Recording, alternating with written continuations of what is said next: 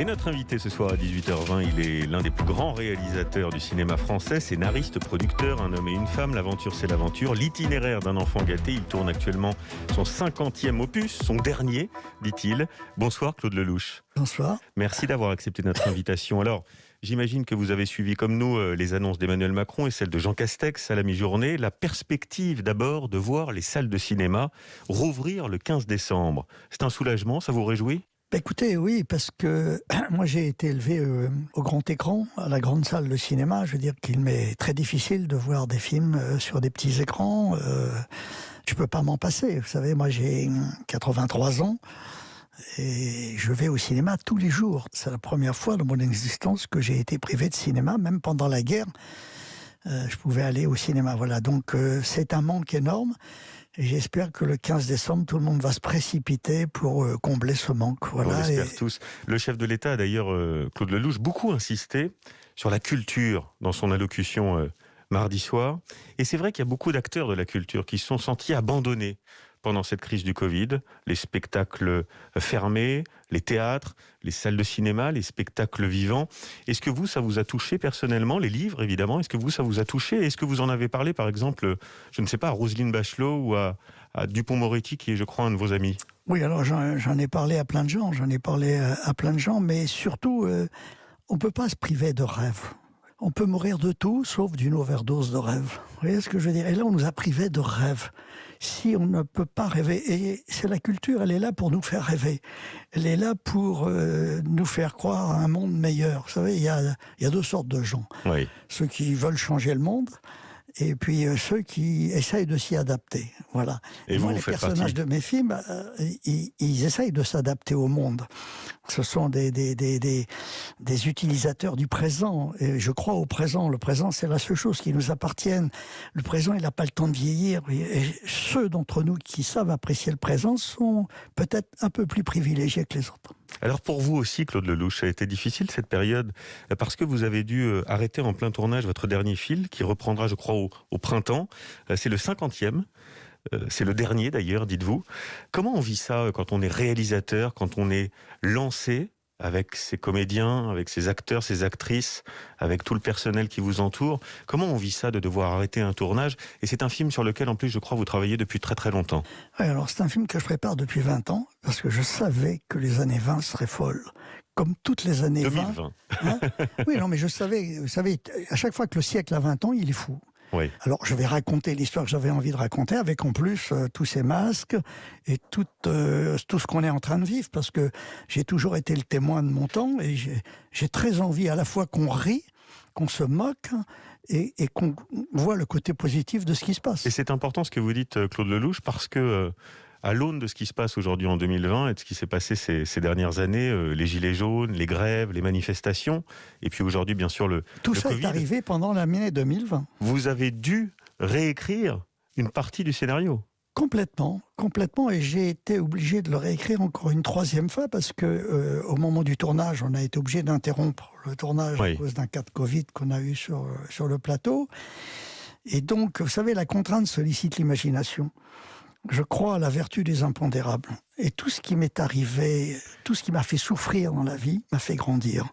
Je veux dire que tout ce que j'ai réussi, je l'ai d'abord raté. Et donc, ça m'a obligé à remettre en question absolument tout ce que je voulais faire. Et j'adore ça. Vous savez, on parle beaucoup d'improvisation dans mes films. Il y a les figures libres, il y a les figures imposées. Et c'est vrai que les figures libres sont plus fortes que nous. Vous savez, le plus grand scénariste du monde, c'est la vie. Et moi, je n'ai rien fait d'autre que de m'inspirer de ce scénariste absolument incroyable. Et là, il est dans une forme incroyable. Oui. Jamais, j'aurais eu le culot de mettre dans un film tout ce qu'on est en train de vivre. Et par conséquent, le film va être complètement fou, puisqu'il reprend tout ce qui s'est passé en 2020. Oui, et puis c'est un film qui va être une suite de L'aventure, c'est l'aventure, et des uns et des autres. C'est-à-dire qu'on va retrouver les petits-enfants de tous ces personnages qui ont grandi justement dans ces années 60, 70 et 80 et qu'on retrouve aujourd'hui en 2020. Est-ce qu'on peut, Claude Lelouch, en donner le titre et puis peut-être le casting ? Alors, le titre, c'est « L'amour, c'est mieux que la vie ». Ça, c'est vrai. C'est vrai, ça. Et j'en suis de plus en plus convaincu, même quand ça fait très très mal. Je veux dire que quand on est amoureux de quelque chose ou de quelqu'un, tout est possible. Voilà. Oui. Et donc ça, c'est une certitude. Maintenant, j'ai une autre certitude, c'est que les choses ne se passent jamais comme on les avait imaginées. La preuve. Et donc, je vais jouer sur ce registre. Donc, c'est un film qui va mélanger les genres, qui va mélanger les personnages, qui va être aussi très musical, voilà, et qui aura un casting de rêve, puisque si je commence à vous dire le casting, on en a pour 1 heure, vous voyez. Mais enfin, il y aura Gérard Darmon, Harry Habitant, Kev Adams, Sandrine Bonner, Philippe Lelouch, Robert Hossein. Robert Hossein. Il y aura Jean-Louis Trintignant, Waouh. Françoise Fabian, vous voyez, pour les anciens. Il y aura Francis Huster, il y aura Clémentine Sélarié, Béatrice Dalle. Béatrice Dalle. Elsa Silberstein. J'ai une pléiade d'acteurs. Vous avez déjà une projection sur la date de sortie? Ben écoutez, si tout va bien pour Noël 21, voilà. D'accord, ce sera un cadeau de Noël pour tous les J'espère. Français et les Françaises. Ça a été compliqué de tourner dans ces conditions, j'imagine. J'évoquais tout à l'heure le fait que vous avez été contraint d'arrêter le tournage pendant plusieurs semaines. C'est difficile comme ça de devoir au gré du contexte extérieur à votre film et à la situation de vos comédiens, de devoir s'adapter comme ça? C'est comme faire le tour du monde en bateau. Il faut faire avec le temps. Vous voyez ce que je veux dire? Oui. Je ne peux pas demander à la vie de s'adapter à moi, mais moi, je peux m'adapter à elle. Et je pense que toutes les merdes qu'on a eues sur ce film vont être bénéfiques. Je veux dire qu'on est en train de transformer tous les échecs en victoires. Je veux dire que, vous savez, je suis un malade du positif. On est dans un monde où le négatif est plus fort que le positif. Vous le voyez aux informations, les mauvaises nouvelles, les catastrophes ont plus de force que les bonnes nouvelles. Et moi, je me suis toujours accroché au positif. Avec un 1, je peux faire un 2. Avec un 2, je peux faire un 4. Avec un 0, je peux faire que des 0. Voilà. Et donc, quand je m'accroche à ce qui marche, toute ma vie, je me suis accroché à ce qui fonctionne. Et même par temps de Covid, il y a encore des trucs qui fonctionnent et on peut faire des films. Une dernière question sur le choix de Marina Foïs pour la prochaine cérémonie des Césars. Est-ce que vous trouvez que c'est un bon choix? Écoutez, moi, j'ai jamais été un fan des Césars. Oui. Je faisais partie du conseil d'administration des Césars. J'ai donné ma démission avec tout le monde et je suis très content. Cette cérémonie fait plus de gens malheureux que de gens heureux.